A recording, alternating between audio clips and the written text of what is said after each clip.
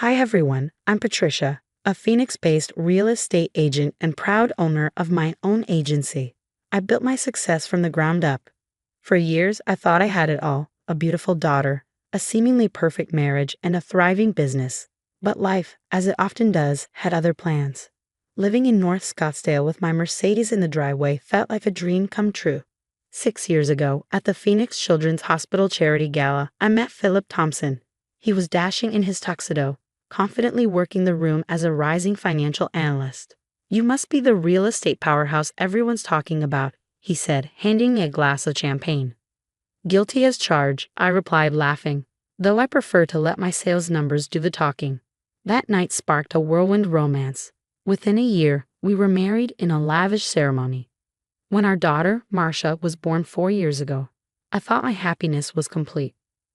"Patricia, you're glowing," my best friend and office manager, Maria Rodriguez, said at Marcia's first birthday. "You really have it all." "I know, Maria. Sometimes I have to pinch myself," I admitted. Even Robert Hayes, my mentor who taught me everything about real estate, had faith in me. "Kid, you've built something special here. Don't let anyone dim your light." I wish I'd taken his advice to heart. Subtle cracks began to show after Marcia turned 3. Philip started questioning everything. "Another late showing? Can't it wait until tomorrow?" he'd ask, frustration in his voice. "It's a $2 million listing, Philip. The clients are only in town today." "Well, maybe if you spent more time at home, Marcia wouldn't be so clingy at daycare," he shot back. The tension grew. My friend Sonia Chen from Marcia's press school noticed the change. "You seem stressed lately. Is everything okay?" "Just busy with work," I'd lie, ignoring the growing knot in my stomach. Things weren't helped by Philip's sister, Lisa, who was always quick to judge. "My brother deserves a wife who puts family first," she'd say loudly at gatherings. A real mother wouldn't miss her daughter's dance class for a house showing.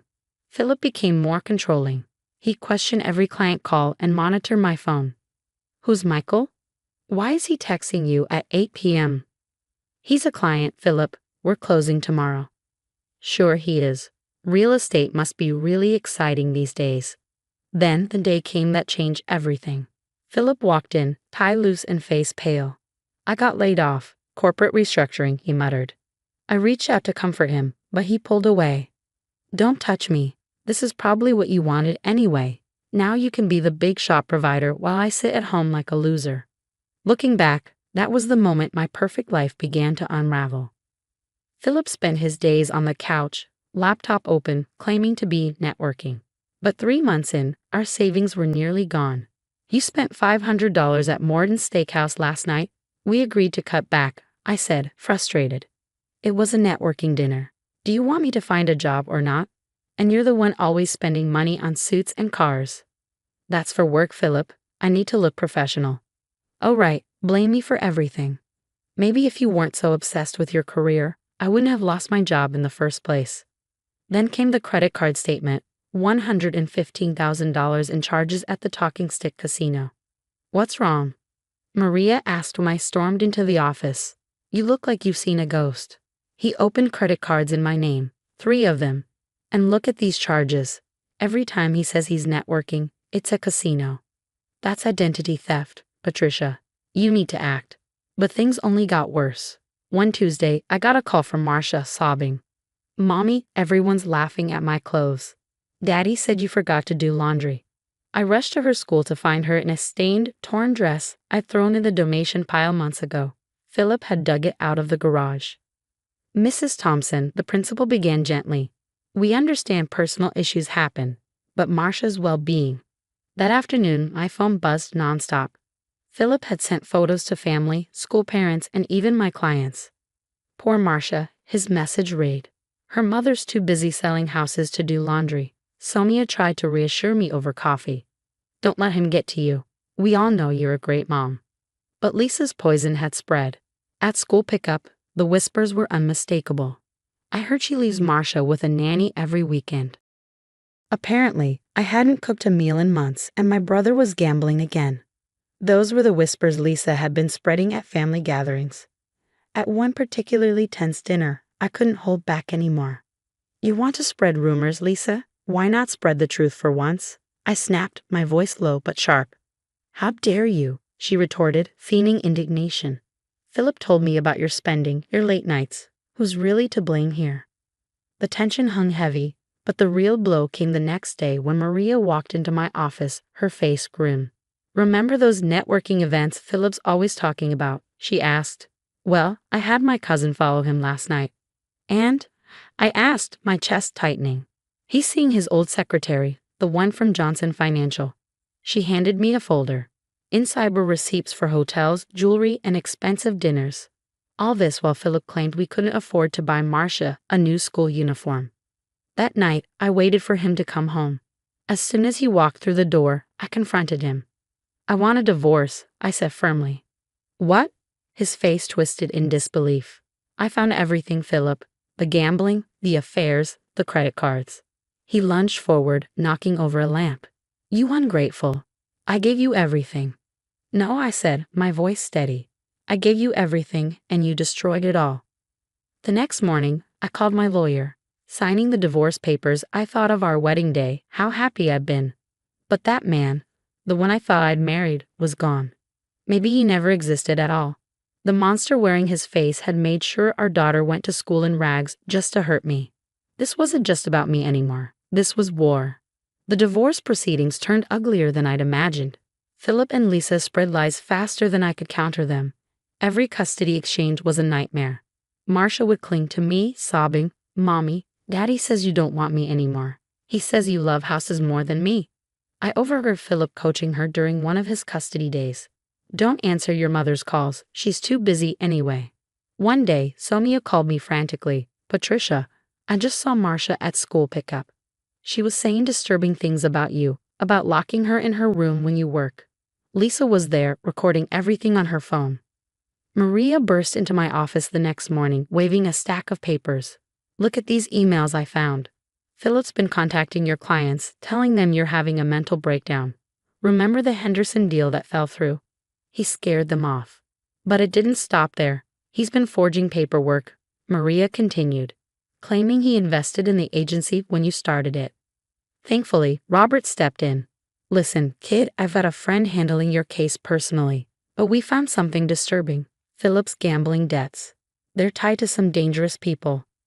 One night, during a heated argument, Philip slipped up. You think you're so smart? I've been planning this for months. By the time I'm done, you'll be working as my secretary in the agency I'll own. I'd started recording everything after the school incident. His threats, his lies, they were all documented. One evening, he was 2 hours late for a custody drop-off. Marcia wasn't at home. Panicking, I called the neighbor, who told me they'd found my 4-year-old wandering the street alone. Daddy went to the casino again, Marcia said tearfully to the CPS worker. He told me to watch TV until he came back. Things escalated further when Amanda, Philip's former secretary, reached out to me. You need to know the truth, she said. We weren't just having an affair. He used my computer at Johnson Financial to hide money from the IRS. Marcia's teacher, Mrs. Martinez, requested an urgent meeting. She's having episodes during his custody days, crying, refusing to participate. Yesterday, she said, Daddy's friends from the casino scare me. At the next custody exchange, Philip and Lisa showed up clearly drunk. You think you're winning? Philip slurred. I own you. I made you successful. Without me, you're nothing. I slipped my phone into my pocket, its recording app already running. Keep talking, Philip, I said quietly. Tell me more about how you made me successful. He ranted about forged documents, tax evasion, and his plans to steal my business. Every word was captured perfectly. The next morning, I called my lawyer. I want emergency custody. Now. That night, as I held Marcia while she slept, I realized this wasn't just about survival anymore. Philip hadn't just tried to destroy me. He put our daughter in danger. The gloves were off. I had everything I needed to end this, and I was going to use all of it. At the final custody hearing, my lawyer laid it all out. Recordings, financial documents, therapy reports. Everything. The judge's face grew darker with each revelation. Full custody is granted to Mrs. Martinez. Mr. Thompson, your visitation rights are suspended pending further investigation. That same week, Philip's past finally caught up with him. The IRS Criminal Division knocked on his apartment door. "Remember those documents you forged at Johnson Financial?" one agent asked, holding a thick folder. "Your secretary kept copies." As if that weren't enough, two large men in leather jackets intercepted Philip outside the courthouse. "Casino debt collectors," they growled. Philip tried to run but barely made it to his car before they caught him. "Please, I can explain," he begged, but their patience had long since run out. Then came Johnson Financial's internal audit, revealing years of embezzlement. Philip had been stealing long before he met me. Lisa showed up at my office, desperate and teary-eyed. "You have to help him. We're family." "Family?" I scoffed. "Like when you helped him send Marcia to school in rags." Lisa's troubles weren't far behind. Her own company uncovered a fraud scheme she'd been running. "Learned it from your brother?" I asked as she packed up her office in shame. Philip's girlfriend Amanda finally realized who he truly was when debt collectors came knocking at her door. "He used my credit cards too," she sobbed. "And I believed all his lies about you." The dominoes kept falling. Philip declared bankruptcy before being hit with federal charges. Lisa moved into a cramped studio apartment and took a job folding sweaters at the mall. Meanwhile, my agency thrived. A luxury development group signed exclusively with us, cementing our reputation as a premier real estate firm. "You're an inspiration," Maria said during our celebration dinner. Marcia blossomed in therapy, shedding her fears. "Mommy, I'm not scared anymore," she told me one day, her bright smile lighting up the room. I started a support group for divorced mothers, sharing my story and helping others recognize the warning signs I had missed. Then came Philip's last attempt. He approached me outside my office, looking disheveled in a prison jumpsuit during a work release day. "Jen, I've changed," he said, his voice hollow. "I'm getting help. We could try again." "Goodbye, Philip," I said, walking away without a second glance. 5 years later, Marcia and I stood at the top of the Eiffel Tower. My 9-year-old daughter, once traumatized, now confidently snapped photos with her camera. "Look, Mom, I can see our hotel." My phone buzzed with news of another successful closing by my now multi-state agency. The support group had evolved into a recognized nonprofit, helping hundreds of women rebuild their lives. Meanwhile, Philip cleaned prison toilets for 12 cents an hour, and Lisa still folded sweaters. I hadn't taken their calls in years. "Mom," Marcia said, hugging me as the sun set over the city of lights. "I'm so glad we're free." I held her close, my heart full. "Me too, baby, me too." We had not just survived, we had thrived. My success wasn't about revenge, it was justice, plain and simple. The best revenge was living well, and we were living beautifully. What would you do if your spouse deliberately harmed your child just to ruin your reputation? Would you show mercy if they begged for forgiveness, or would you hold firm like Patricia did? Share your thoughts in the comments below.